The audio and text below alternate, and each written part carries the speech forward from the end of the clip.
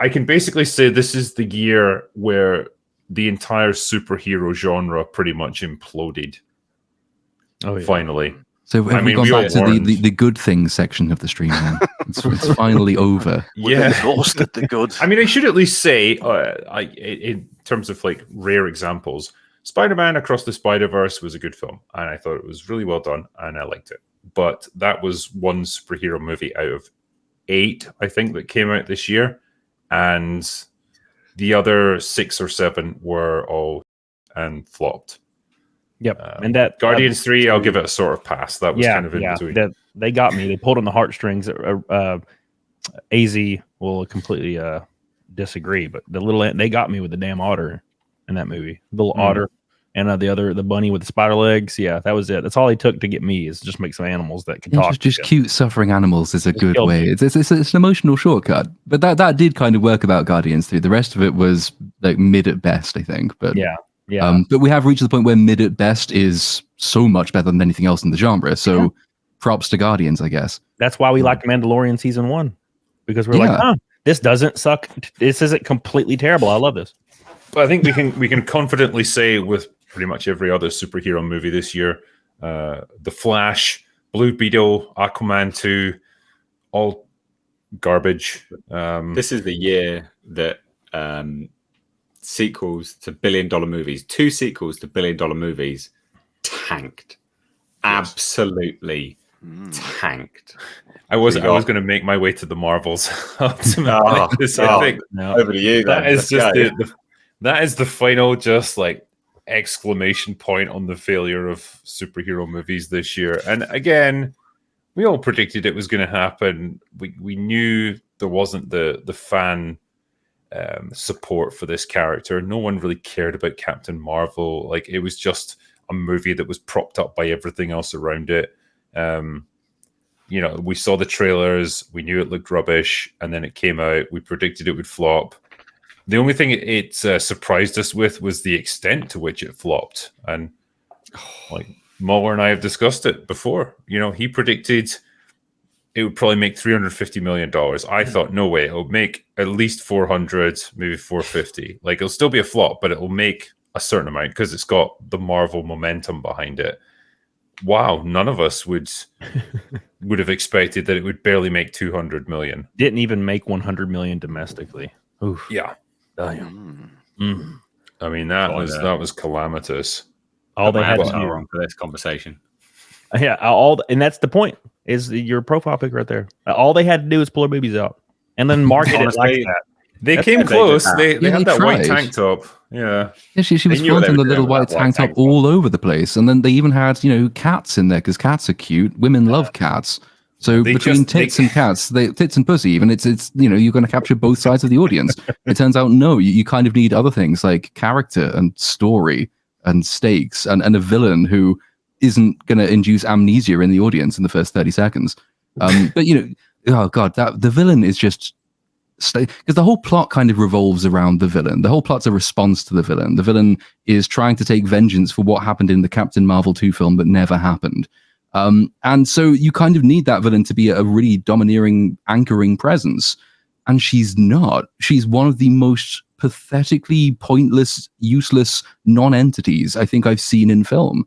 The actress is married to Tom Hiddleston, so if you're wondering how she got the job, shocking. That probably has something to do with it. Shocking. When you said villain, I actually thought you meant you were talking about Carol Danvers there.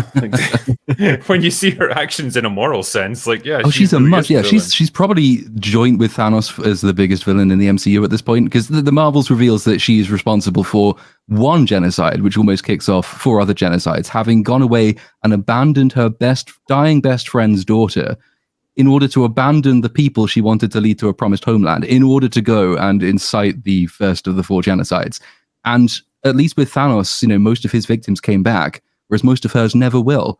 So, she's may even be a bigger villain than Thanos at this point. Yeah, I mean, possibly, yeah. May have helped if we had a little bit more of Bree's feet on there. Jesus. Oh, God. It's like somebody hit him with a hammer for an hour. Sorry to all those having the dinner. I do apologize, man, babies. Yeah. But well, I mean, it was exactly what we expected. It was meandering, meaningless nonsense that no one was interested in watching. And again, it was just a good barometer of where the superhero genre now sits in terms of people's appreciation. You know, a film like that probably would have done like close to $1 billion if it had come out in 2019. It comes out in 2023, no one cares anymore. They are over this genre. And yeah, man, I think this is the time when studios are probably going to start pulling back from this stuff. I mean, I know DC are still hypothetically going to try and launch a new universe with James Gunn.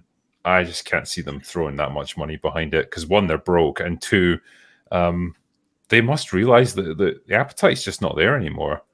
Yeah, they had their chance to launch their big extended universe. They fumbled it every step of the way, and you know, it must have been the most demoralizing thing ever to watch like 4 movies come out in a row and just flop because everyone knew the entire universe, like the extended universe they had, was just getting mothballed anyway. Yeah, and these two are a really confused starting point because James Gunn even doesn't seem entirely sure what of the legacy DC films inform the new DC expanded universe. Is Blue Beetle going to be part of that film? Well, that kind of depends on the performance. I actually thought Blue Beetle had some worthy qualities to it. It's probably one of the better superhero films to have come out in the last 2 years, but it's still pretty naff.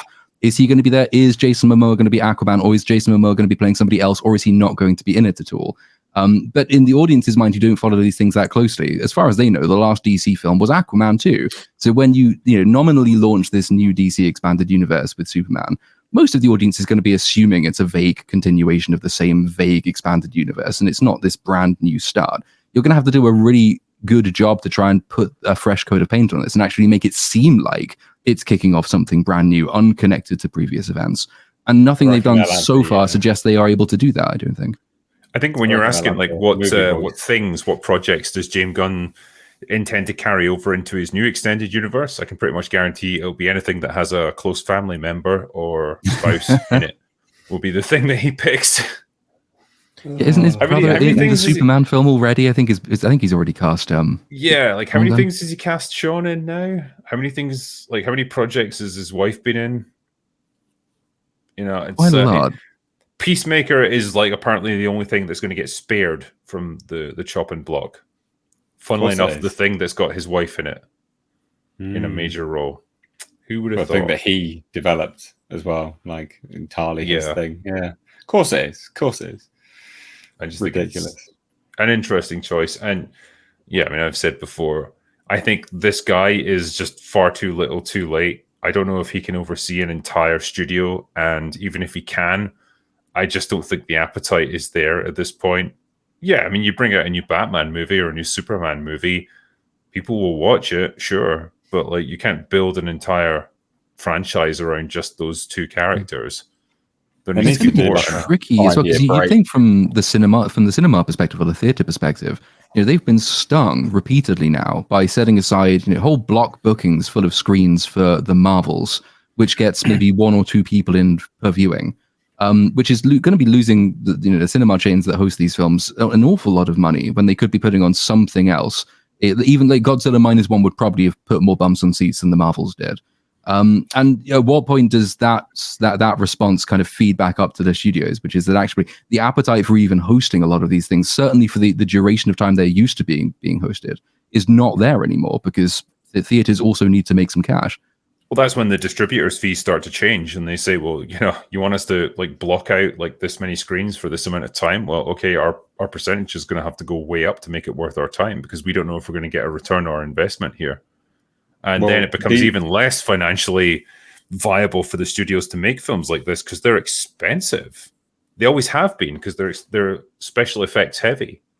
And speaking of the cost thing, just the DC movies alone this year have lost probably about $1 billion for Warner Brothers. If you actually work it out, they have, because they've not one of them's made money for Warner Brothers. It's totaled close to $1 billion that they've lost for Warner Brothers at this point. So that's really hilarious and awful. But what makes it even more hilarious is that you've got these movies that cost $200 million, $250, $300 million, whatever it is. And then Godzilla -1 just rocks up. Opening weekend in Japan made more money than a DC film this year.